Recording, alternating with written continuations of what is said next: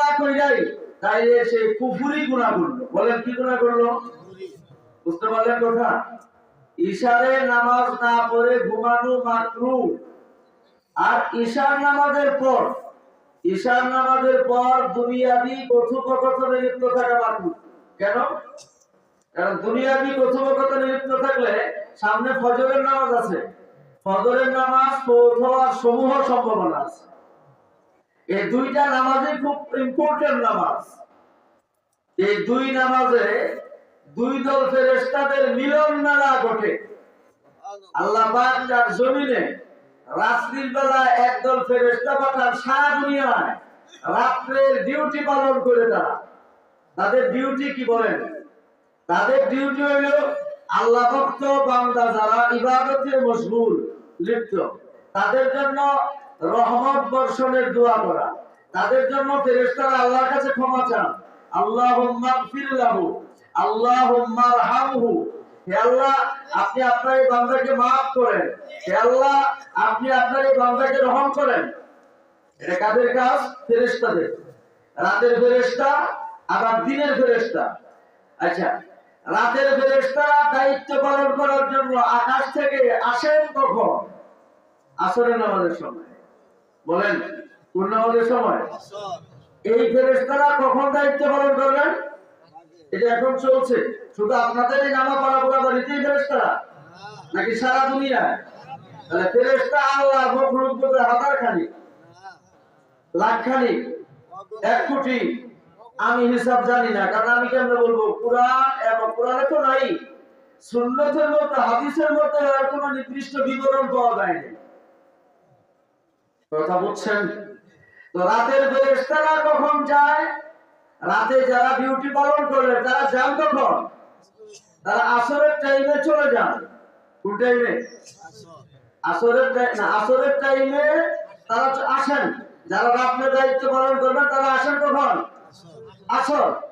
আর যারা দিনে দায়িত্ব পালন করছেন সারাদিন তারা আসরের নামাজের পরে চলে যাবেন। দিনের বেলায় যারা পালন করলেন তারা আসলেন কখন? ফজরের সময়। বলেন কোন সময়? তাহলে এই দুই দল ফেরেশতার সম্মিলন আর মিলন মেলা ঘটে কোন সময়? আসর এবং ফজর। আচ্ছা, রাত আগে না দিন আগে? এটা বলেন। রাত আগে, দিন পরে। আজকে এখন যে রাত্রটা এটা হলো আগামী দিন সোমবারের রাত। আর এই যে রাত আসলো এই রবিবারের দিন চলে গেছে, এখন সোমবারের দিনের রাত। এটা দিনের প্রথম নামাজ কোনটা? ফজর। রাতের প্রথম নামাজ কোনটা? মাগরিব। এই ফজরের কথা কোরআনে আছে, মাগরিবের নামাজের কথা কোরআনে স্পষ্ট উল্লেখ আছে কোথাও? যোহরের কথা আছে, আসরের কথা আছে স্পষ্ট, এশার কথা আছে, আর ফজরের কথা কোরআনে আছে।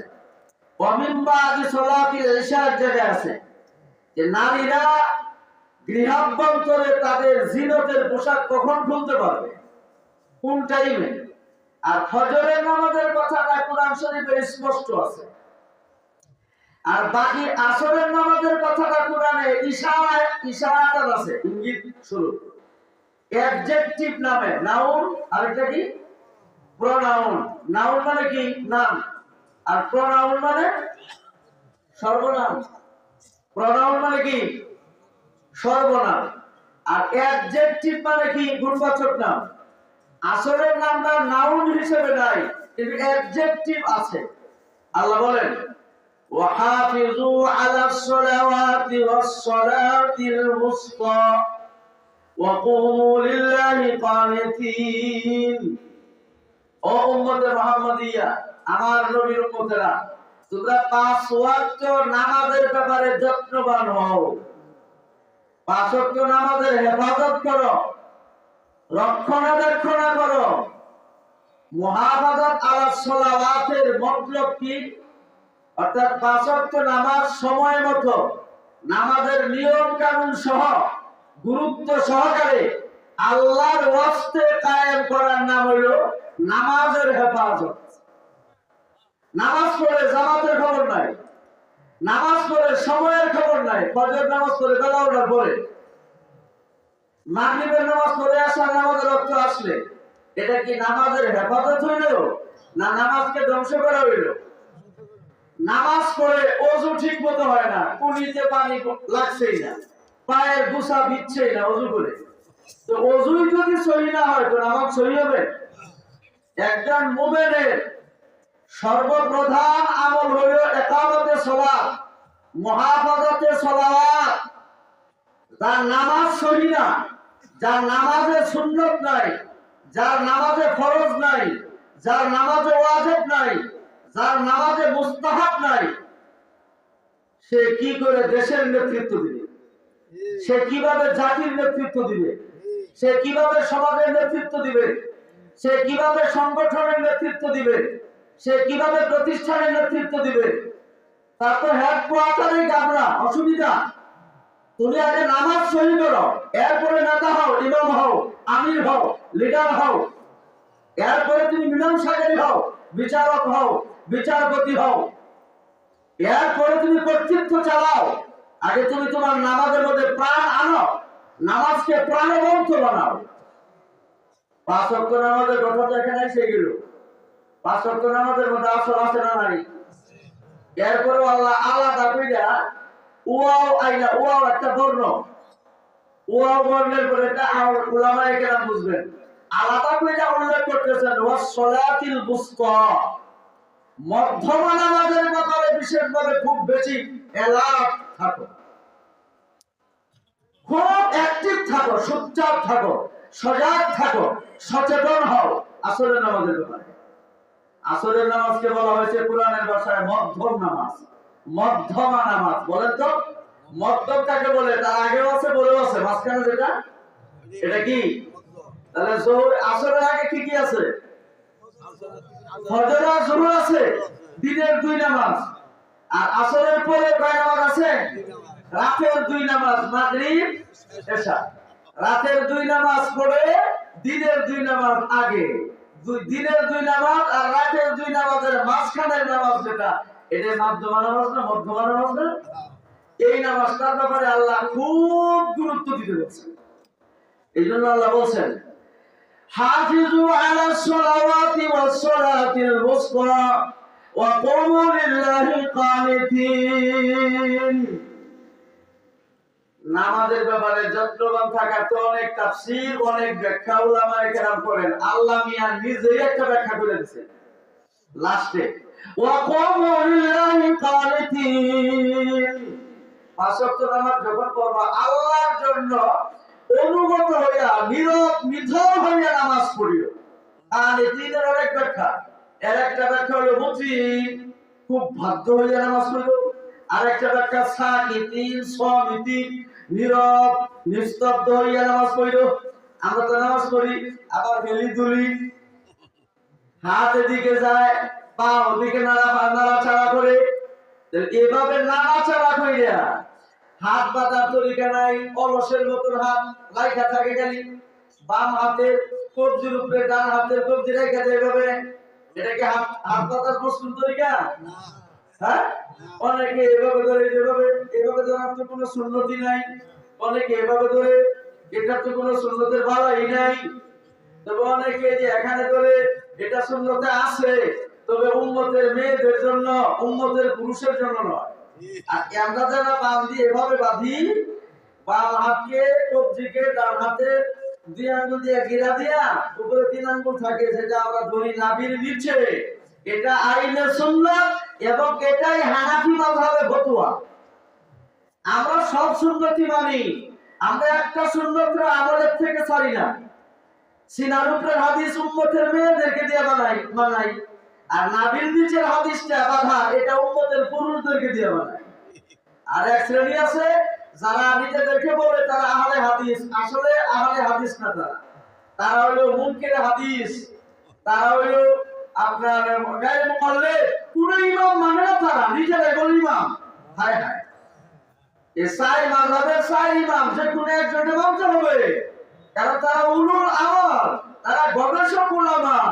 লাগে যেন আমার কাছে, লাগে যেন আমি এটা বলি না যে আল্লাহ পাক ইমামে আযম আবু হানিফাকে দুনিয়াতে এই ইসলামের আইন এগুলা রচনা করবার জন্য, গবেষণা করবার জন্য সৃষ্টি করছে আল্লাহ। আমি কি জানি নিশ্চিত?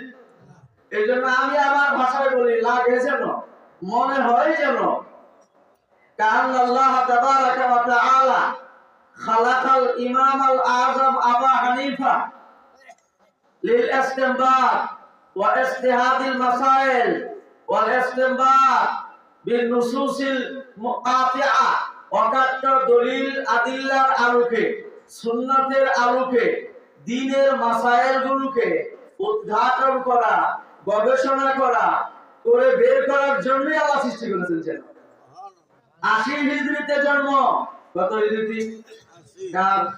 ইমামে আজম আবু হানিফা।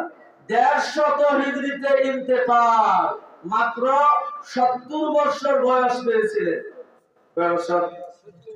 ইমাম আবু হানিফা রাহমাতুল্লাহ আলাইহি যে বছর, যেদিন ইন্তেকাল, যেদিন ওদিনেই বুলিদাল ইমাম শাফিঈ, ইমাম শাফিঈ রাহমাতুল্লাহ আলাইহির জন্ম। তার জন্য আর এইটারে কেন্দ্র করে এই আবু হানিফা রাহমাতুল্লাহ আলাইহির শত্রুরা বলে কি, কত বড় বেআকল, মানে বেওকুফ, নির্বুধ। আমার উস্তাদের ভাষায় বলতে হয়, কাজী শাহ হুজুরের ভাষায়, মুহতাসিম বিল্লাহ কুদ্দিস সিররুল আজিজ ওয়া হিমাকাত মুআব সাখিতাল্লাহু আলাইহি, বেড়া আহমদের দল। আমাদের ইমাম সাহেবের জন্ম হয়েছে কারণে তোমাদের ইমাম সাহেব দলে বলেছে। আর আমাদের দলের লোকেরা মুবাশাত মাল খসম, মানে যেমন মুগুর, যেমন কুকুর তেমন মুগুর লাগে। তারা বলে কি, আমাদের ইমাম সাহেব আসিল কারণে ছিলেন কারণে তোমাদের ইমাম সাহেব জন্মই লাভ করেছে না বলে। তোমাদের ইমাম সাহেব আমাদের ইমাম সাহেবের দলের দুনিয়াতে আসে নাই। অথচ দেখেন এদের মধ্যে কি পরিমাণ মানামানি ছিল। ইমাম সাহেব হুজুররা তো শাফি সাহেব দেখেনই নাই, আর ইমাম সাহেব শাফি সাহেব দেখেন নাই। একদিন ইমাম শাফি সাহেব গেছেন হযরত ইমামে আযমের মাজারের কাছে, মাকবারার কাছে। মাকবারা বুজুর্গানে দ্বীনের কবরকে মাকবারা বলবেন, মাজার বলি না আমি, কারণ মাজার হলো বেদাতীদের ভাষা। কাদের ভাষা? আমাদের কোনো কথা, কোনো কাজ, কোনো পদক্ষেপ, কোনো চিন্তা চেতনা, এটা সব ক্ষেত্রে, পোশাক পরিচ্ছদেও বেদাতি, মুনাফিক, ইহুদ, নাসারা, খ্রিস্টান, বৌদ্ধ, হিন্দু, এদের কোন সংস্কৃতির সঙ্গে যেন আমাদের কোন কাজ কথা না মিলে। যেমন গুস্ত বলে না, এটা ফার্সি শব্দ। এটা কিন্তু হিন্দুরা বলে বলে মাংস, বলে মাংস। হিন্দুরা কি বলে? আমাদের মুসলমানরা অনেকে বলে মাংস। আপনি মাংস বলবেন কেন? আপনি গুস্ত বলেন। কত নুরানি শব্দ এটা, নুরানি। মান তাশাব্বাহা বিকওমিন ফাহুয়া মিনহুম।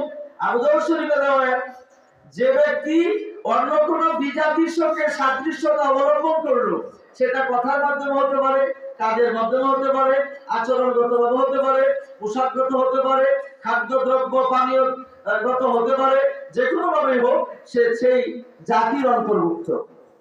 এই জন্য আমরা কি বলবো না, মাংস বলবো না, কি বলবো? গোশত বলবেন। তো ইমাম শাফিঈ রাহমাতুল্লাহ আলাইহি গেছেন